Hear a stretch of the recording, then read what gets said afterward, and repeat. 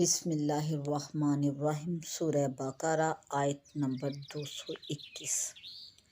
وَلَا تَنْکِحُوا الْمُشْرِکَاتِ، اور تم نکاح نہ کرو شرک والی عورتوں سے، حتیٰ یؤمن، جب تک کہ وہ مسلمان نہ ہو جائیں، ایمان نہ لے آئیں۔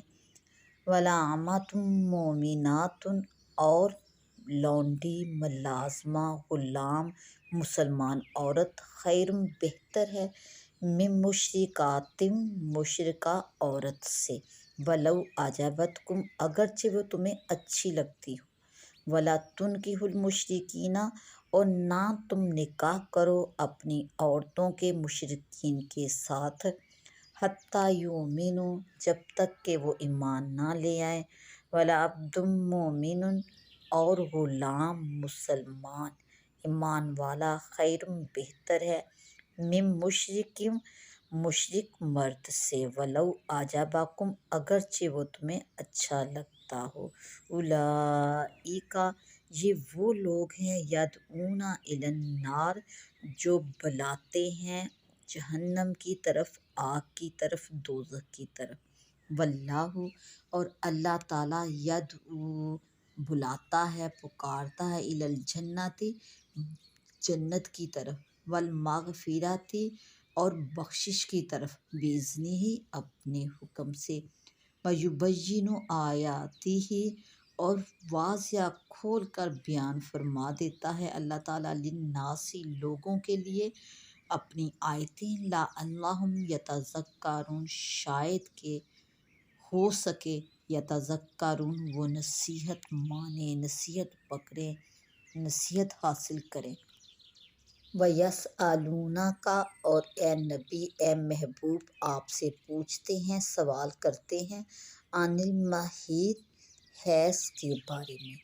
قل، تو آپ فرما دیجئے، ہوا اذن، وہ ناپاکی ہے، وہ تکلیف دہ عمل ہے، فاعتزلوا النساء، تو پس علیحدگی اختیار کر لو، کنارہ کشی اختیار کر لو عورتوں سے، فی المحیض، حیض کے دنوں میں، ولا تقربوہن، اور نہ تم ان سے قربت کرنا، ان کے نزدیک نہ جانا، حتیٰ، جب تک کہ یطہرن، وہ پاک نہ ہو جائیں، فَإِذَا، تو پس جس وقت، تطہرن، وہ پاک ہو جائیں، فَأْتُوہن، تو پس جاؤ ان کے پاس، من حیث، جہاں سے، امرکم اللہ، اللہ نے تمہیں حکم دیا ہے، ان اللہ، بے شک اللہ، یحب التوابین، پسند فرماتا ہے توبہ کرنے والوں کو، ویحب، اور پسند فرماتا ہے،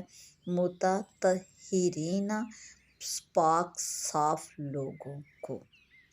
نساؤکم، تمہاری عورتیں، حرث لکم، کھیتیاں ہیں تمہارے لیے، فأتوا، تو پس آؤ تم، حرثکم، اپنی کھیتیوں میں، انا شئتم، جس طرح چاہو، وقدموا، اور آگے بھیجو بھلے والے کام، لانفسکم، اپنے لیے، واتقوا اللہ، اور ڈرو اللہ تعالیٰ سے، واعلموا، اور جان رکھو، انکم ملاقو، کہ بے شک تمہیں اللہ سے ملنا ہے، وبشر المؤمنین، اور خوشخبری دے دیجئے، خوشخبری سنا دیجئے ایمان والوں کو۔ وَلَا تَجْعَلُوا اللَّهَ، اور نہ تم بناؤ، نہ مقرر کرو اللہ تعالیٰ کو، عُرْضَةً، ڈھال، نشانہ، لِأَیْمَانِکُمْ، اپنی قسموں کا، اور اللہ تعالیٰ کو اپنی قسموں کا نشانہ نہ بنا لو، ان تبروا، کہ احسان، وتتقوا، اور پرہیزگاری، وتصلحوا، اور صلح کروانے کی قسم کھا لو، بین الناس، لوگوں کے درمیان، واللہ، اور اللہ تعالیٰ، سمیع علیم، خوب سنتا اور جانتا ہے۔ لا یؤاخذکم اللہ، اللہ مواخذہ نہیں کرے گا تمہارا، اللہ پکڑ نہیں کرتا، نہیں کرے گا تمہاری، باللغو، فضول قسم کی، بغیر ارادے کی، فی ایمانکم تمہاری قسمیں جو زبان سے نکل جائیں، ولیکن لیکن، ہاں ضرور، یؤاخذکم اللہ پکڑ کرے گا تمہاری، اللہ تعالیٰ گرفت فرمائے گا تمہاری، بیما کسبت اس چیز پر جو کام کیے، قلوبکم تمہارے دل نے ارادے سے، واللہ اور اللہ غفور بخشنے والا، حلیم حلم والا ہے۔ للذین وہ لوگ، یولون جو قسمیں کھا لیتے ہیں، من نسائہم اپنے عورتوں کے پاس جانے کی، تربص روکے رکھیں، مہلت ہو ان کے لیے، اربعۃ اشہر 4 مہینے کی، فإن پس اگر پھر اس مہلت میں فاؤ لوٹ آئیں، رجوع کر لیں، فإن اللہ تو بے شک اللہ تعالیٰ غفور الرحیم بخشنے والا مہربان ہے، وإن اور اگر عزم طلاق کا ارادہ کر لیں چھوڑ دینے کا، طلاق کا پکا، فإن اللہ تو بے شک اللہ تعالیٰ سمیع علیم سنتا اور جانتا ہے۔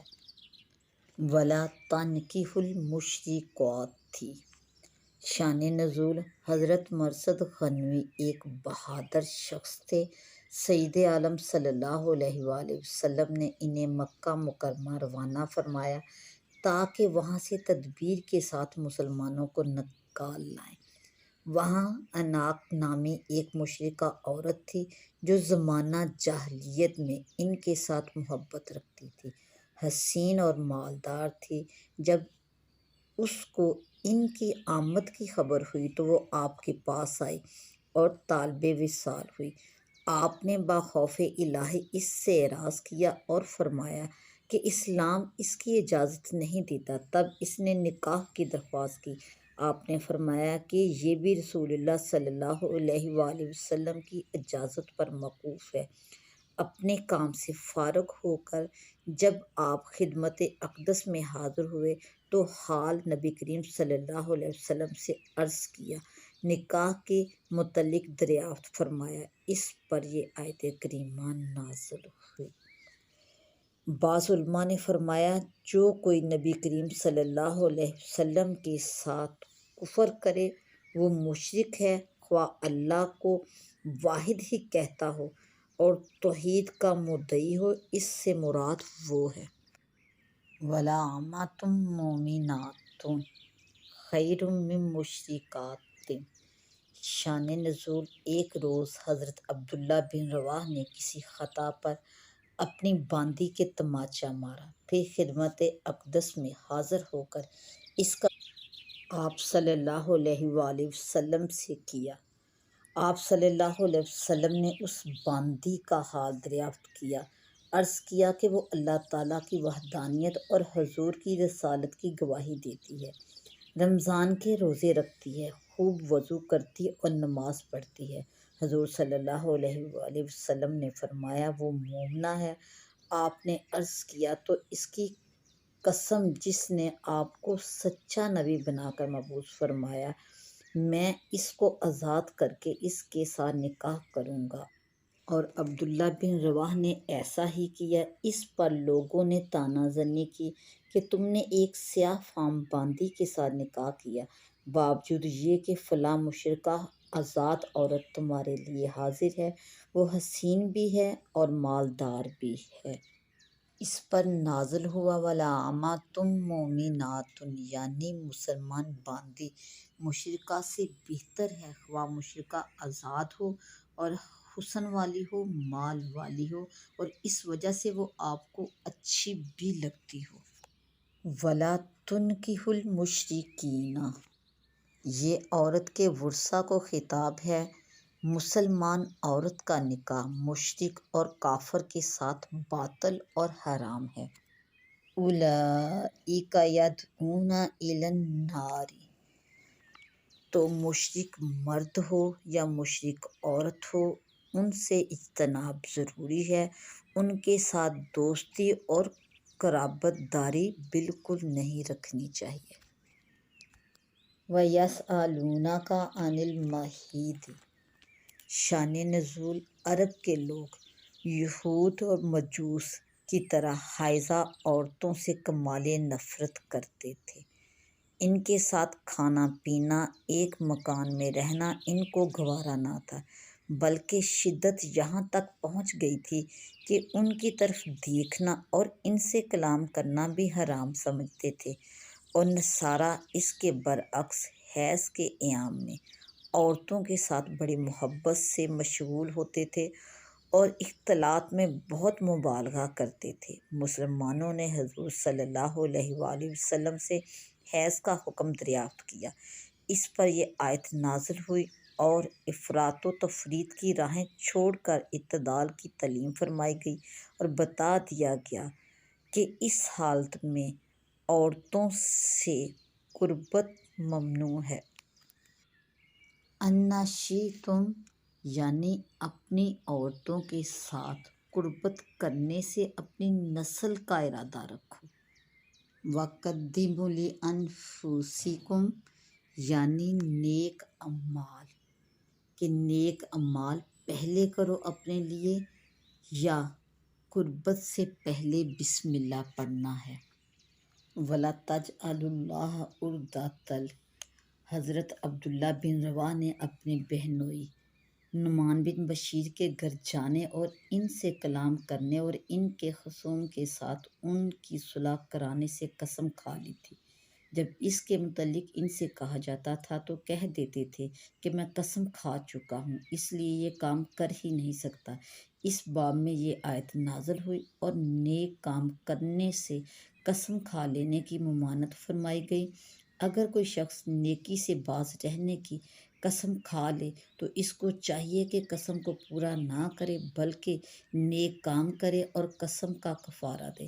مسلم شریف کی حدیث میں ہے کہ رسول اکرم صلی اللہ علیہ وآلہ وسلم نے فرمایا، جس شخص نے کسی امر پر قسم کھا لی، پھر معلوم ہوا کہ خیر اور بہتری اس کے خلاف میں ہے، تو چاہیے کہ اس امر خیر کو کرے اور قسم کا کفارہ دے۔ بعض مفسرین نے یہ بھی کہا ہے کہ اس آیت سے بکثرت قسم کھانے کی ممانعت ثابت ہوتی ہے۔ لا یؤاخذکم اللہ باللغو، قسم تین طرح کی ہوتی ہے: لغو، غموس، منعقدہ۔ لغو یہ ہے کہ کسی گزرے ہوئے کام پر اپنے خیال میں صحیح جان کر قسم کھائے اور در حقیقت وہ اس کے خلاف ہو، یہ معاف ہے اور اس پر کفارہ نہیں۔ غموس یہ ہے کہ کسی گزرے ہوئے کام پر جان بوجھ کر جھوٹی قسم کھائے، اس میں گناہ گار ہوگا۔ منعقدہ یہ ہے کہ کسی آئندہ کام پر قصد کر کے قسم کھائے، اس قسم کو اگر توڑے تو گناہ گار بھی ہے اور کفارہ بھی لازم ہے۔ للذین یؤلون من نسائہم، شان نزول زمانہ جاہلیت میں لوگوں کا یہ معمول تھا کہ اپنی عورتوں سے مال طلب کرتے، اگر وہ دینے سے انکار کرتی تو 1 سال، 2 سال، 3 سال یا اس سے زیادہ عرصہ ان کے پاس نہ جانے اور صحبت ترک کرنے کی قسم کھا لیتے تھے اور انہیں پریشانی میں چھوڑ دیتے تھے۔ نہ وہ بیوہ ہی ہوتی تھی کہ کہیں اپنا ٹھکانہ کر لیتی، اور نہ شوہر دار کے شوہر سے آرام پاتے۔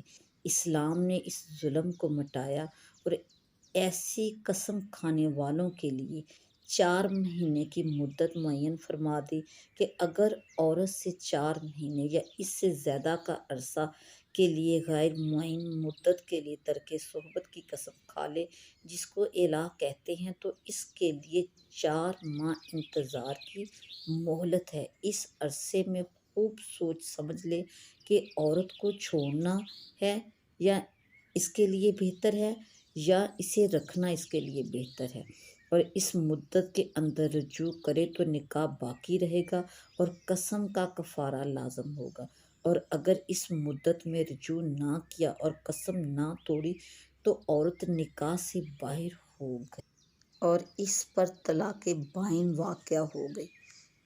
اگر مرد صحبت پر قادر ہو تو رجوع صحبت ہی سے ہوگا، اور اگر کسی وجہ سے قدرت نہ ہو تو بعد قدرت صحبت کا وعدہ رجوع ہے۔